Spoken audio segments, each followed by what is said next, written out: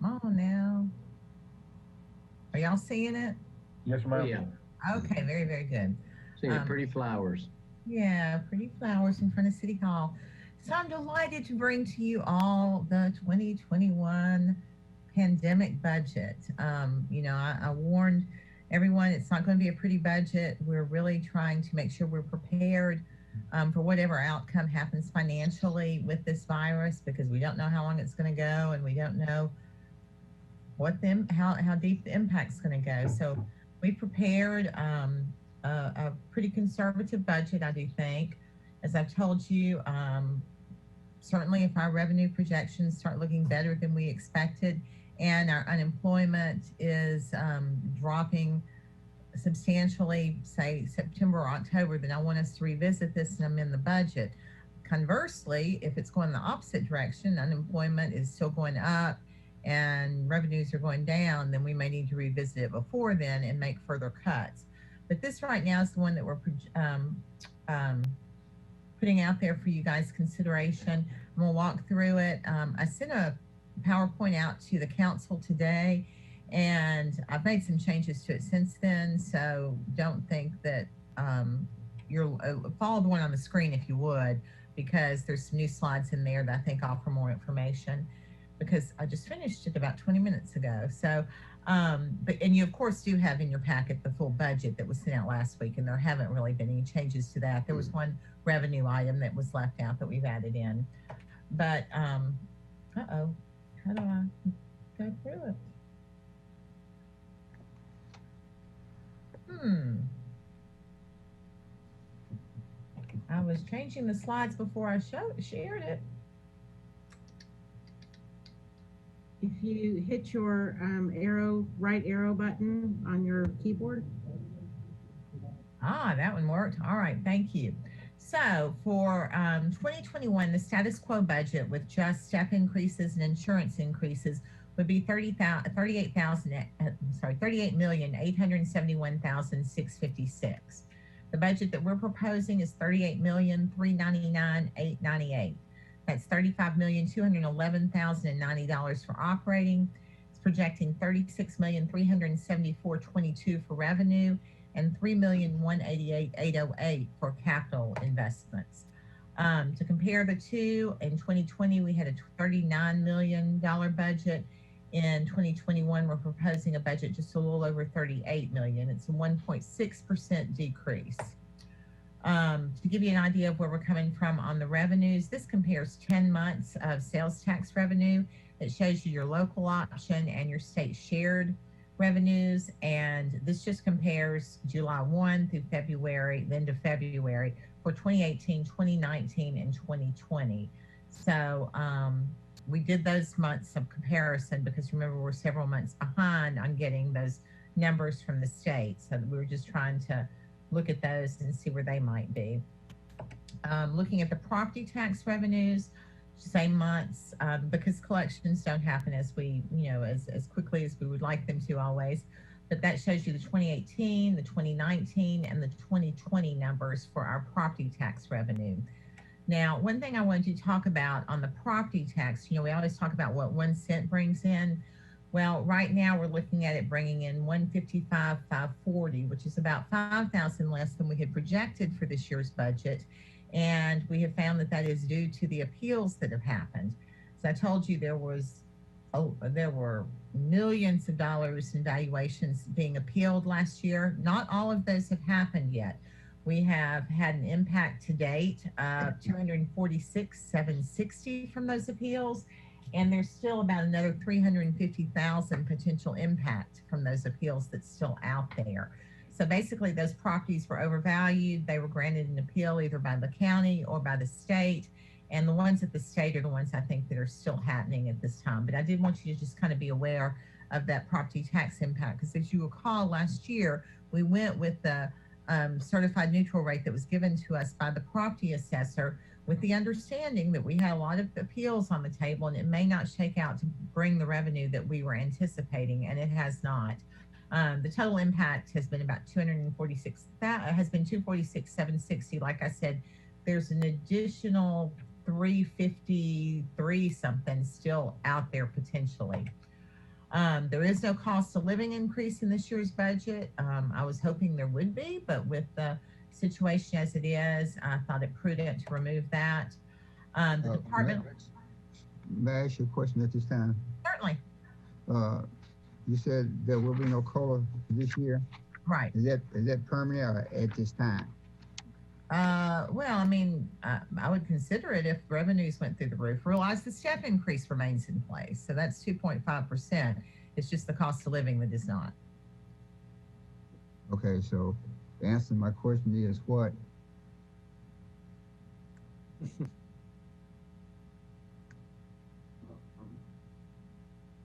What now? I'm sorry. I was trying to see if this zero increase was permanent or was it based on if our budget changed, that this might change. Well, I guess it could change if we really start rocking the revenues, but I think you'll see as we go through, there's a lot of needs, and without the growth, and I mean, it just really honestly depends on how robust our recovery is, and if it's stellar, then So it could change then. heck yeah, we could revisit. Okay, yeah, that's all I want to know. Thank you. So our requests by the departments this year were $48,433,802. The budget is presented is $38,399,898. That would have $7,177,388 in our rainy day fund, and other reserve prior to this budget is $3,198,717. Our fund balance detail is that we have a total surplus as of the end of last fiscal year of $16,845,879. Our carryover projects were $3,466,440. Our new rainy day fund I just mentioned is that $7,177,388. The surplus to fund our 2021 capital that I'm asking for is $2,025,876. And then we had $2,317,45 in mid-year appropriations in this last budget year. And that would leave us with a projected total for the end of fiscal year 21 with $1,859,130, which would be additional reserve on top of the rainy day fund. Looking at revenues versus expenditures, our operating revenue versus our expenditures would be a negative 381,135. You know, I hate that, but that was as close as we could get. On the general fund revenue versus overall fund expenditures, it's $2,025,876. That would be the surplus to fund capital requests. Just showing you kind of a departmental look of the increases and decreases by department, and realize that this is just kind of something to glance at, because you know, some departments may have had a very large investment last year or had no investment last year, and that could give you a market number in the increases or decreases. And of course, larger departments versus smaller departments, it doesn't take much to increase the budget significantly. HR, I should mention that, you know, there was a position moved to that department, and planning has a fairly large investment that they've not had previously. Also, if you look under the streets line, you see that street lighting and signs. That was previously under the engineering budget, but we pulled that out this year or last year. No, this year. I think I've got my, I have those labeled wrong at the top. I apologize. It should be 1920 and 2021 at the top. I knew there would be errors here I didn't catch. So realize that first column should be the 1920, and then 2021 would be the second column. Looking at our utility costs, our revenues and expenses, you'll see that our water sewer is projecting a 4.5% increase in revenue, decreasing expenses by 3.8%. Gas is projecting a 4.5% growth in revenue, a 1.9% decrease in spending. Stormwater is projecting a 7.4% increase in revenue and a 3.4% increase in spending. And environmental services would be a 1.9% growth in revenue and a negative 5% growth in spending. On the new position requests for the City of Gallatin, there were 18 new position requests, 11 reclassification requests. I essentially cut all of the position requests with the exception of those in public utilities, because of course that's funded by a different revenue stream than our general budget. So this just gives you a look at what the position requests were. And the ones that are in red at the bottom are the public utilities requests, which are left in the budget, and there are 4 of those. On the reclassifications, there were 11 requested, and the ones that I have left in the budget that have minor impact to the general fund would be the public works ones, and then the public utility ones, for the same reason I mentioned that I left in the positions, I'm leaving in these reclassifications. Moving on to capital requests. In unfunded capital, there is $7,076,655. And just take a look through those things.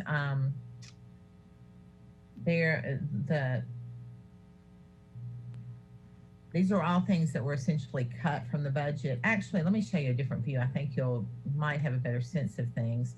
And this would be well, it's not comprehensive, I guess. But so I've got it by department: city administration, city attorney, city recorder, civic center, codes, engineering, finance, fire, general government, buildings, golf, human resources, IT, parks, planning, PD, and then the street lighting and signals, the street maintenance, and then the vehicle maintenance.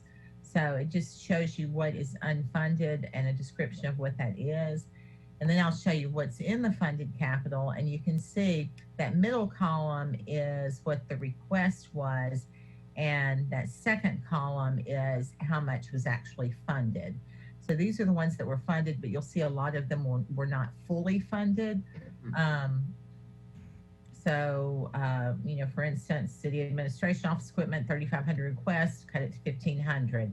On down, well, look at engineering roads, 4.3 million. We put 820,000 in there. Have kept repaving intact. And I should mention that there are going to be engineering's request came to me late, and I think I failed to fix something that Public Works had requested. As we move forward with the budget process, I do see that some of these things may be rearranged a little bit so that some dollars may be taken from one line and put in a different line, and but it would still will go within that same department. This is the second page of the funded capital. One big thing that is in here, or a couple of big things that are in here, is the fire department. They've been, as you know, requesting an engine for some time. I put 497 in here towards that. The $100,000 for site development and planning is actually not really site development. That's more for the funding of rewriting the code once the comprehensive plan is completed. And then under the police department, their big expenditure is police cars for $435,000. So to sum it all up, there's $7,170,000, 463 in unfunded, and $3,188,807 in funded.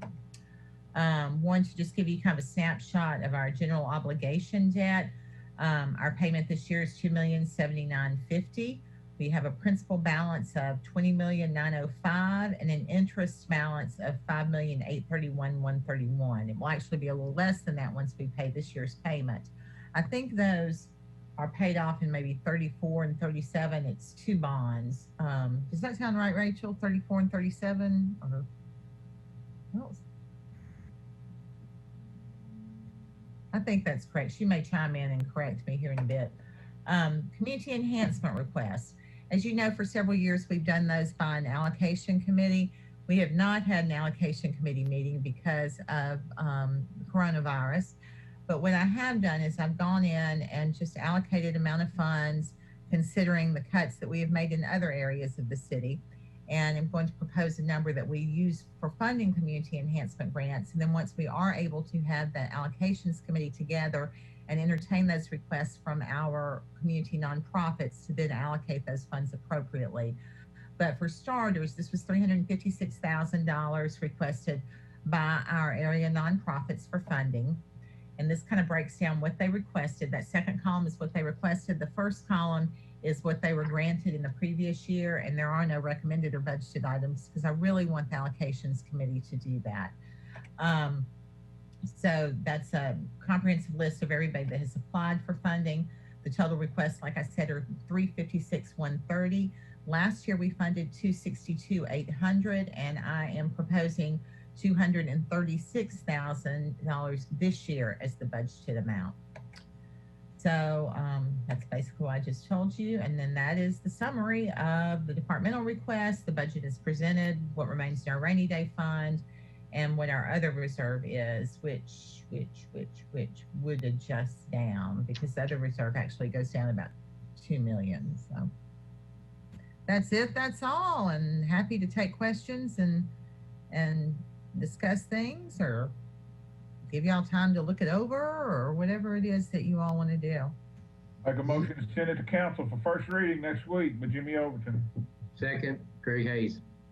There been a motion by Mr. Overton, and a second by Mr. Hayes. Any question or comment before we have our electronic vote from any council members? If not, all right.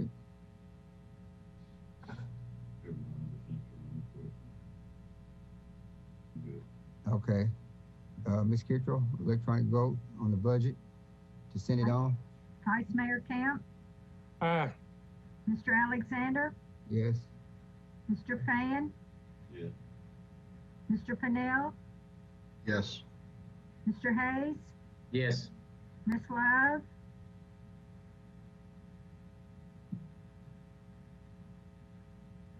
Ms. Love, you're muted, Sorry, yes. and Mr. Overton. Yes. It was a unanimous vote. Thank you, Ms. Kittrell.